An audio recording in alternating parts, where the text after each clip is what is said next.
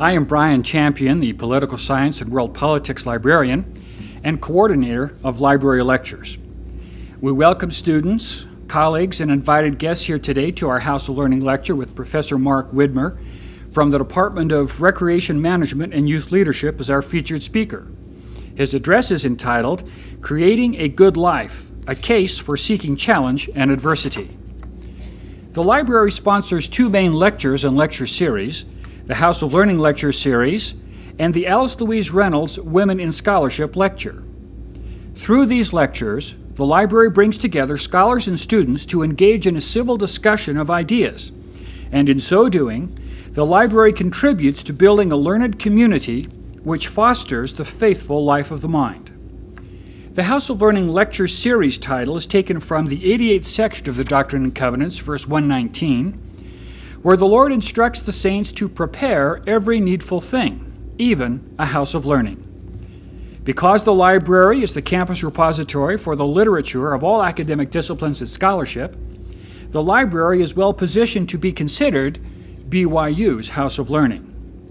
The Harold B. Lee Library takes seriously its campus role as the intellectual heart of inquiry and knowledge, and is honored to provide this House of Learning lecture today. Now, about today's speaker.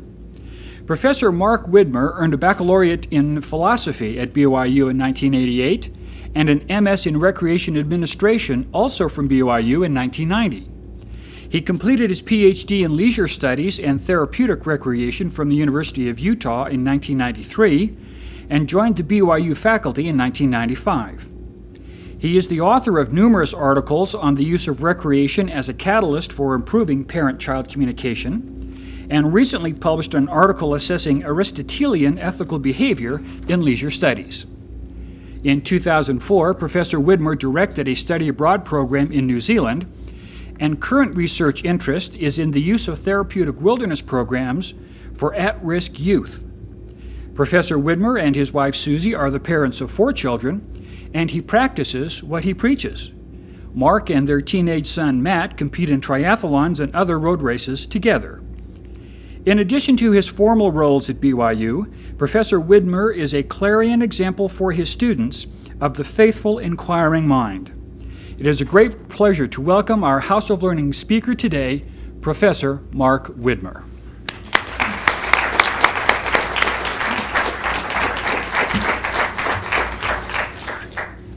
Thank you, Brian, and I'd like to thank the library for inviting me to do this today, and I'd like to thank each of you for being here with me.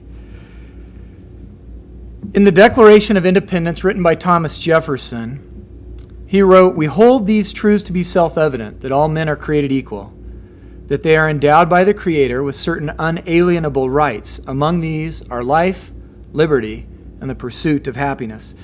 As Americans, we exercise this inalienable right to pursue happiness with a passion. Over the past 50 years, the unprecedented pursuit of happiness has become more important than larger common goods, such as the welfare of the country, the community, and the family. Individual happiness is typically characterized by the attainment of social and material success, accompanied by the pursuit of pleasure and the avoidance of pain. We seek a life of luxury, ease, and pleasure. Often, we're willing to work very hard to get this life. Considering the technological advances and economic growth in the United States over the past 50 years, one would be led to believe that happiness should be easily attainable. Many of the scientific and technological advances make our lives comfortable and pleasurable, and it's commonplace to have a comfortable life. People who lived 200 years ago would certainly view these advances as miracles. It seems obvious that these advances have great potential to enrich our lives. We have heating and air conditioning, cooking appliances, refrigeration, broadband television with hundreds of channels, stereo with a vast variety of music, computers with internet access to information and products and other entertainment, access to incredible diversity of truly wonderful food in restaurants and supermarkets, and garages with automatic doors, fast cars with GPS, climate control, and all-wheel drive, roads that can take us all kinds of neat places, airlines taking us almost anywhere in the world within a few hours, cruise lines, destination resorts, and truly amazing recreational activities, such as scuba diving, skydiving, snowmobiling, and jet skiing. And then there's the medical miracles of antibiotics, blood thinners and stents that cardiologists use, arthroscopic surgery to repair our knees when we damage them, and even antidepressants, although we might wonder why we need antidepressants with so many modern conveniences. Our lives seem to be fairly comfortable, pleasurable, and fun. Some psychologists, however, have suggested that depression is at epidemic proportions in the United States. So how can this be, the richest nation in the world, with more luxury and conveniences that could have been imagined in the wildest dreams of the wildest dreamers like Orwell and Huxley? In part, this epidemic may be a result of these wonderful advances, creating in our own minds rising expectations that seem unattainable. The constant barrage the media tells us what we need to be happy, a great job as a doctor or a lawyer, plenty of money to buy big houses and have a pool and a home theater, and all the modern conveniences that come along with these things, including the boat, the right friends, good food, fun vacations to exotic places, and great recreational vehicles. In addition, we want to be beautiful. We want to look perfect. The standards of beauty have become dangerous to women's health, leading to an obsession with thinness. We've become focused on the self. In a sense, we're hedonistic. We want as many good moments and as few bad moments as possible, and we believe that this focus on the self and satisfying our desires for material goods and pleasure will make us happy. Yet happiness continues to elude many of us. Even some, perhaps many people who have all that the media portrays as necessary for happiness are miserably unhappy. Although we have certainly exercised our right to pursue happiness, to a large extent we have failed. This may be caused by a number of reasons. One is possibly the focus on the self. Seligman has argued that the self is a poor site for meaning. Seeking individual happiness, paradoxically, leads to unhappiness. Reducing the importance on the self by being connected to larger goods and causes, such as God, our country, our community, and our family, can lead to greater well-being. Research on the effect of extrinsically and intrinsically motivated aspirations found that individuals who hold high aspirations for wealth and fame and beauty are likely to display poor mental health exhibited by narcissism, anxiety, depression, and poor social functioning.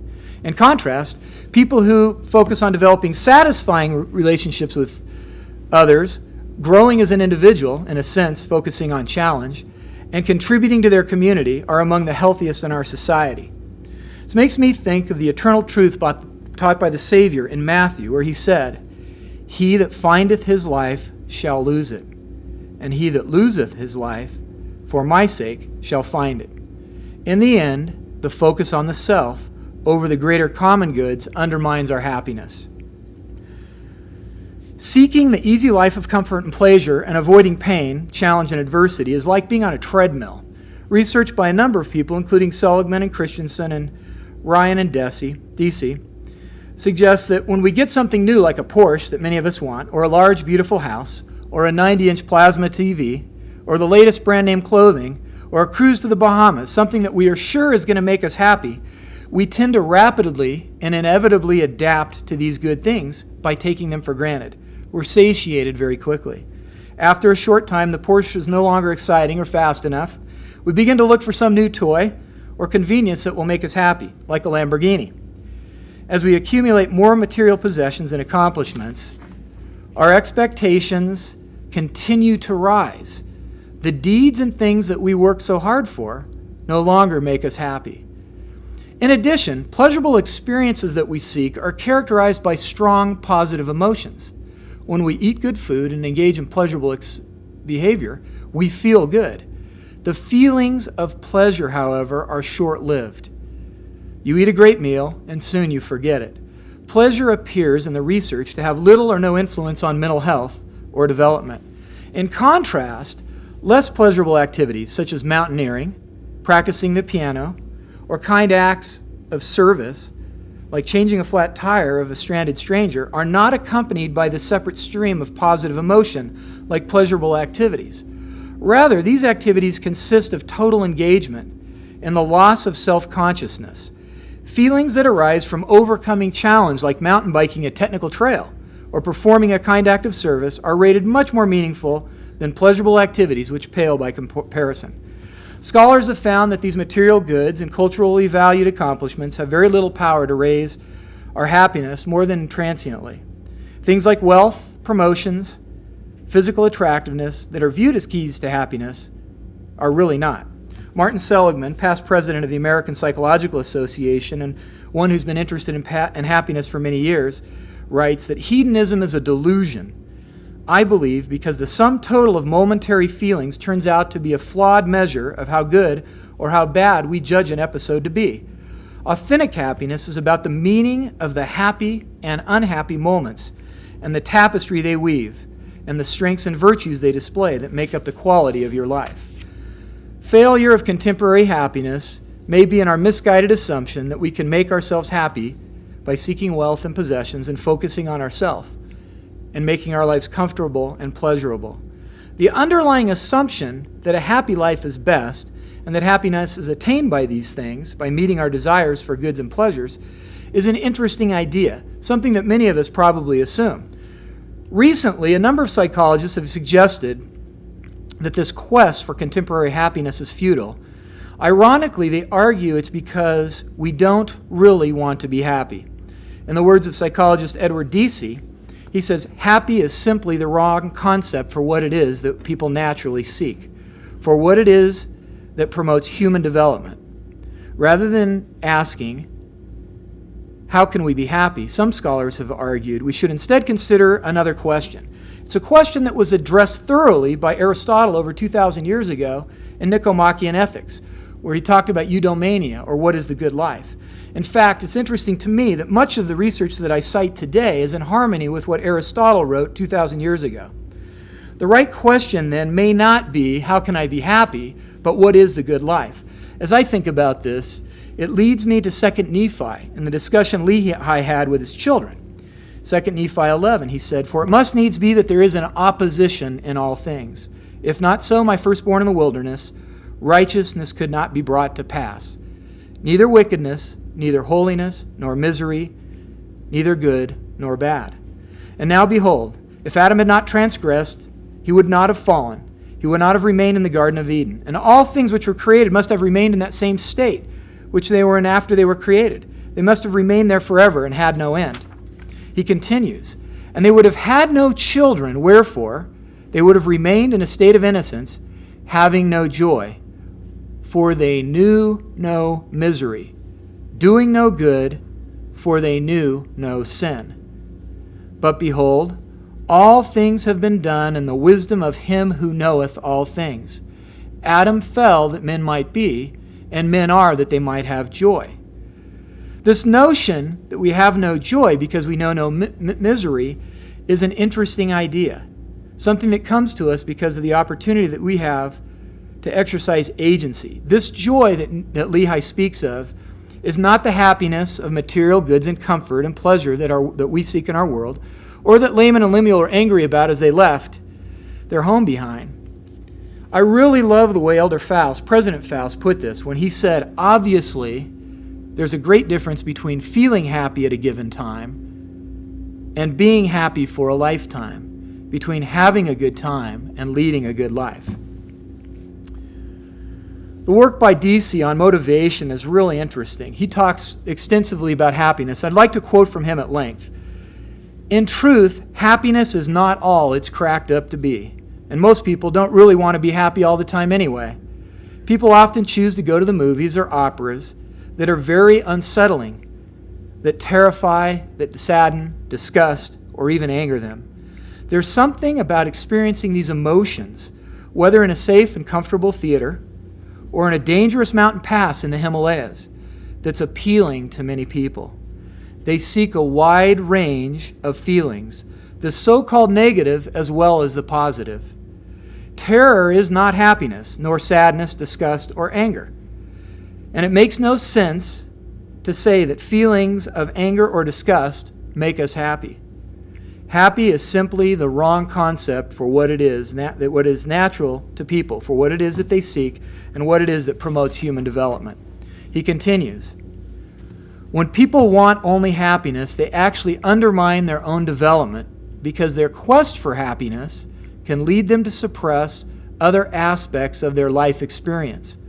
Wanting to be happy can lead people to avoid sadness when a loved one dies, or to avoid fear in the face of peril.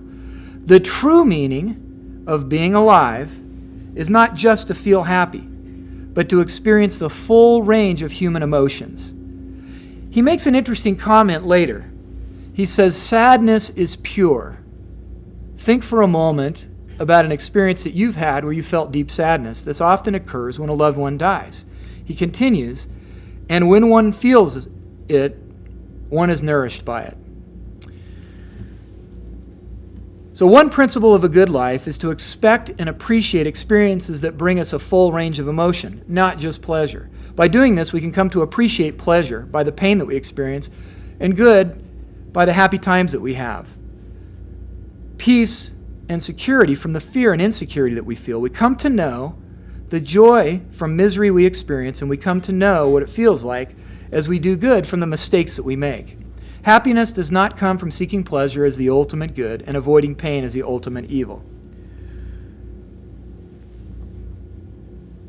Another way to think about this is to look at optimal experiences that we have. Those are the experiences that tend to be the best that we have in our daily lives.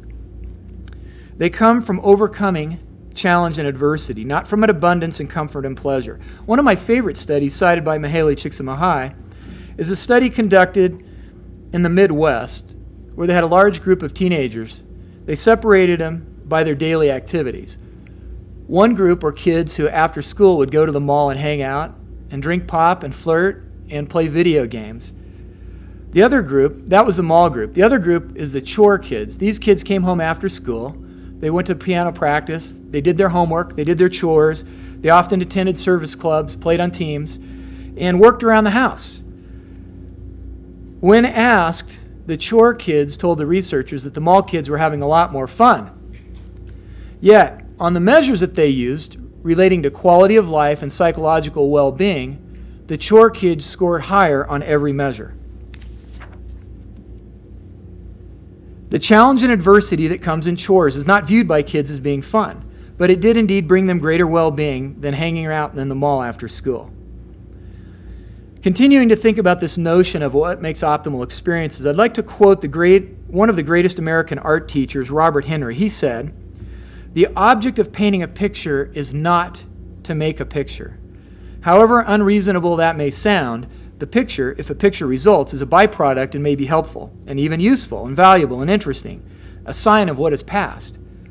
The object of every true work of art is the attainment of a state of being, a high state of functioning, more than an ordinary moment of existence." This high state of functioning has been called flow by the psychologist Mihaly Csikszentmihalyi. It's not necessarily pleasurable. Well, sometimes it is. It's often an experience that's void of human emotion.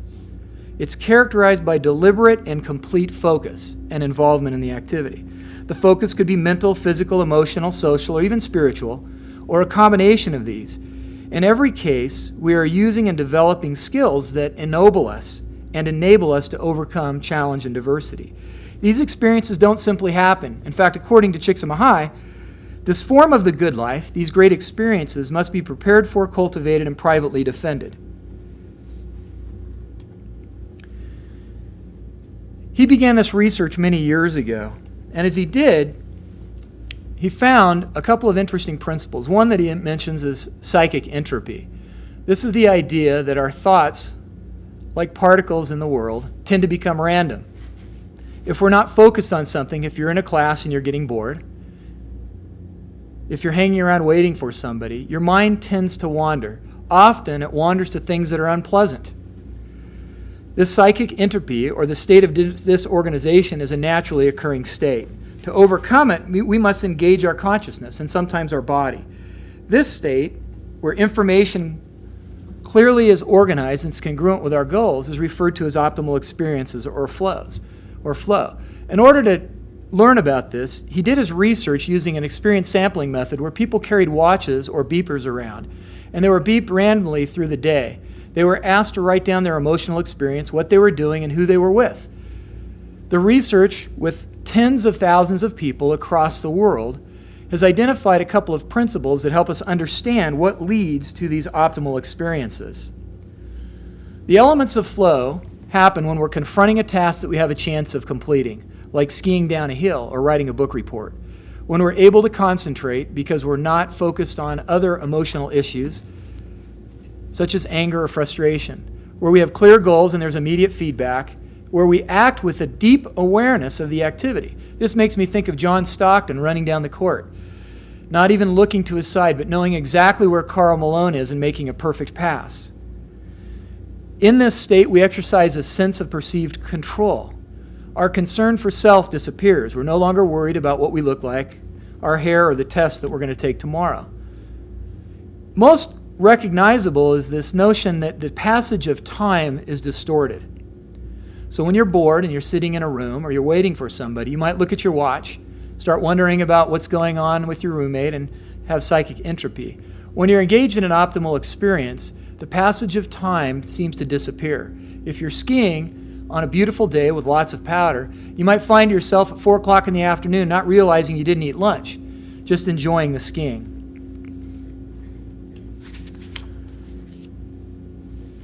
The components of a model he developed are characterized by skill and challenge. And what he's found is that if I were to take you skiing today, and some of you are good skiers and some of you are learning, and we went to the top of the mountain at Park City Resort, and it was a steep hill, the good skiers, if I encouraged them by pushing them off, they might fall and slide down the hill and tumble a little bit and get back up and fall again.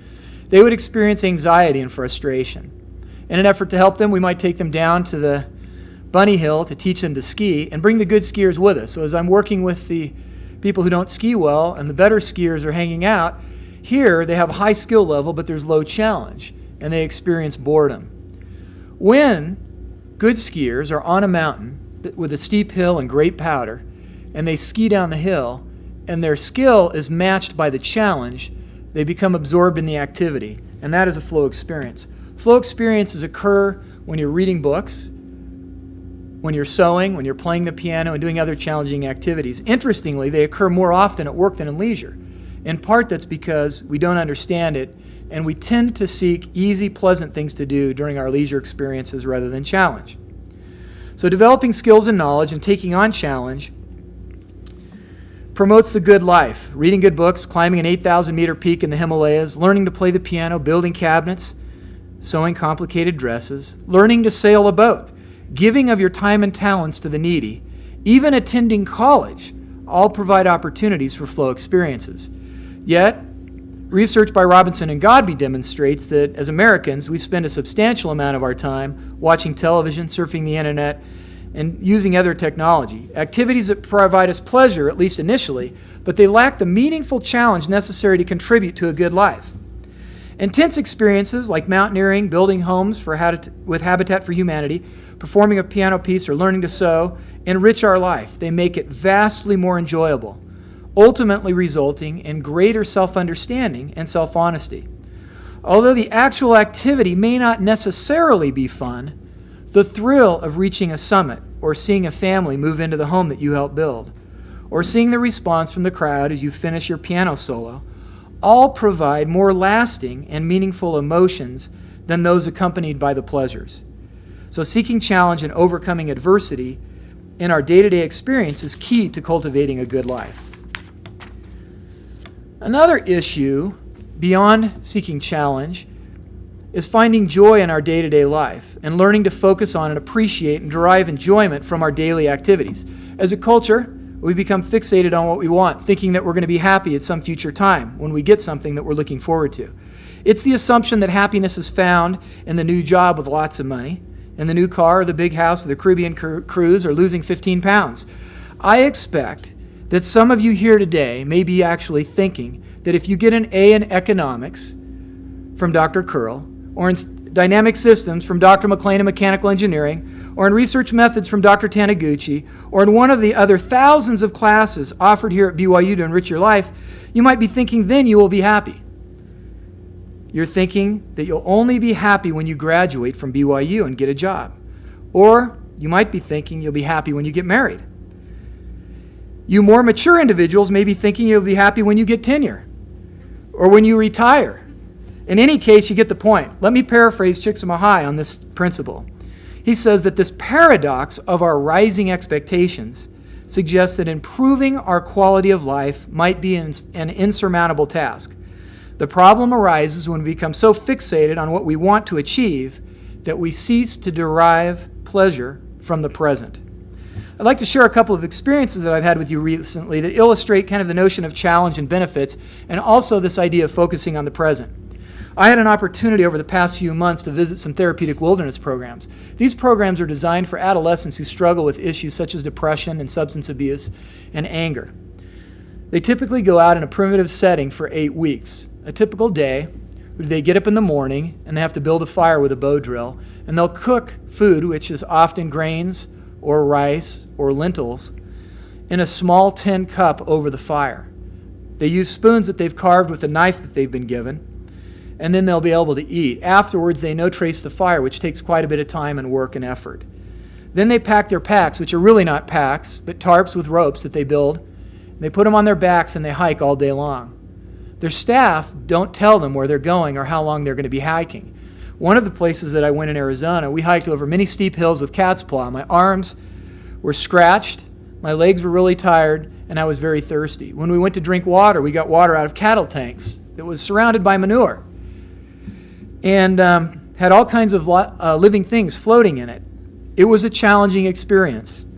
There's no question about it whatsoever. Upon my return, when I share this with my friends, they often say that it must have been fun. I think about it for a second and tell them, no, it wasn't fun at all. Nothing about it was fun, yet it was a tremendous experience, one that I cherished.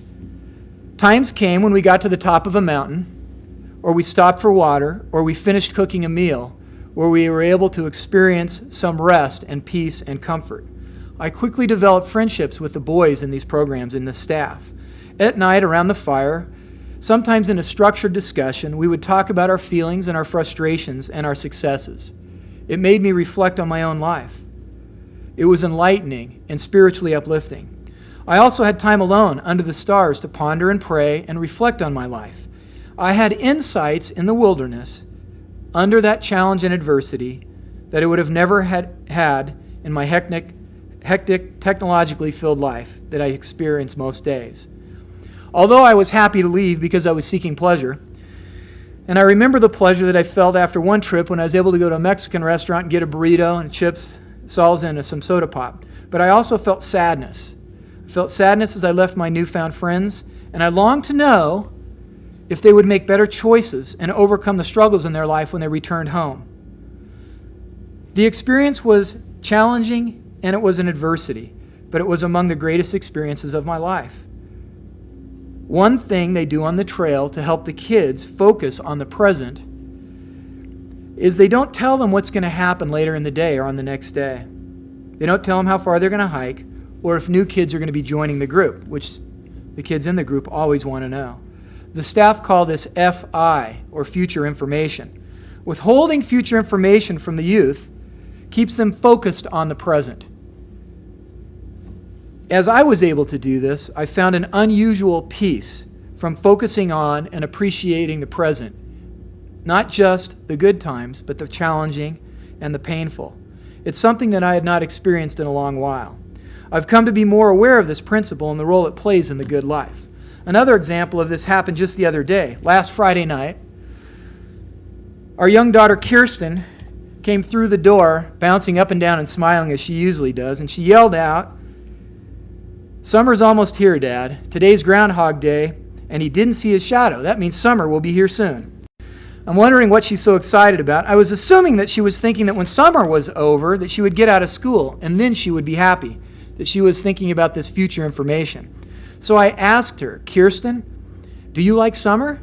And she looked at me like I was ignorant, and she said emphatically, no, Dad, I like Groundhog Day.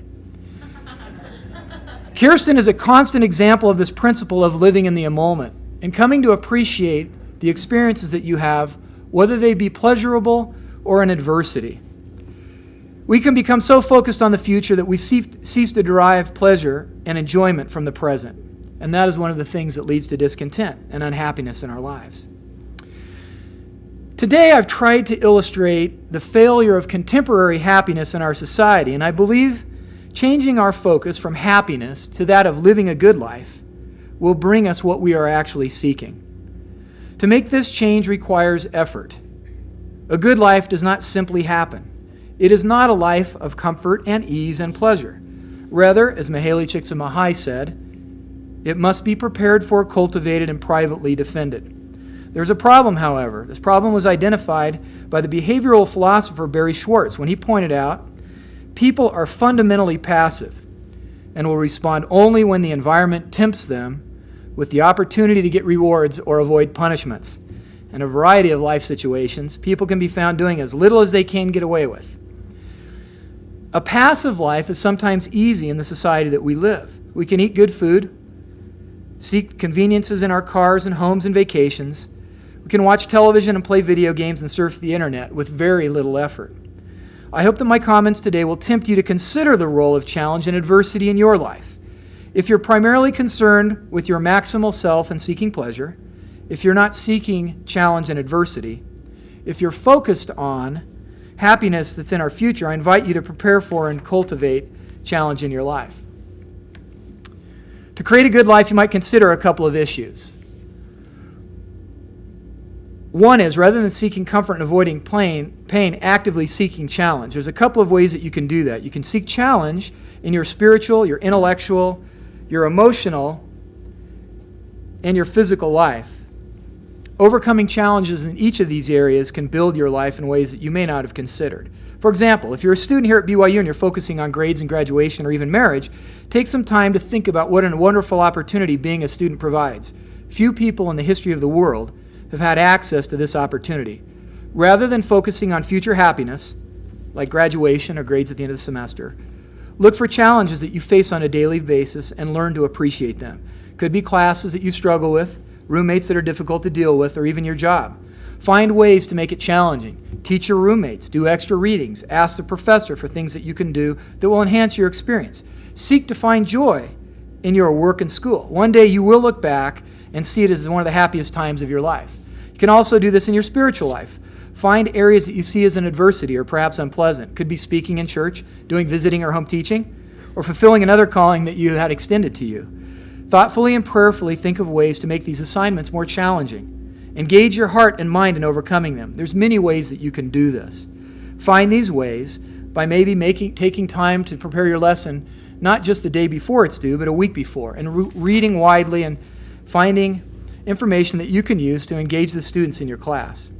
Another way, if you've not spent much time in the wilderness lately, been hiking long distances under a heavy pack or cooking over a stove and sleeping on the ground, I might encourage you to consider trying it. I know from firsthand experience and from a life that I've lived that being in the wilderness brings a spiritual peace and knowledge and comfort that you can't get with the comforts at home. It presents a challenge of unseen physical, emotional, and spiritual rewards. I appreciate now more than ever sleeping in my bed and my wife's great cooking. I noticed this morning on the radio they were talking about 2/3 of Americans being overweight or obese.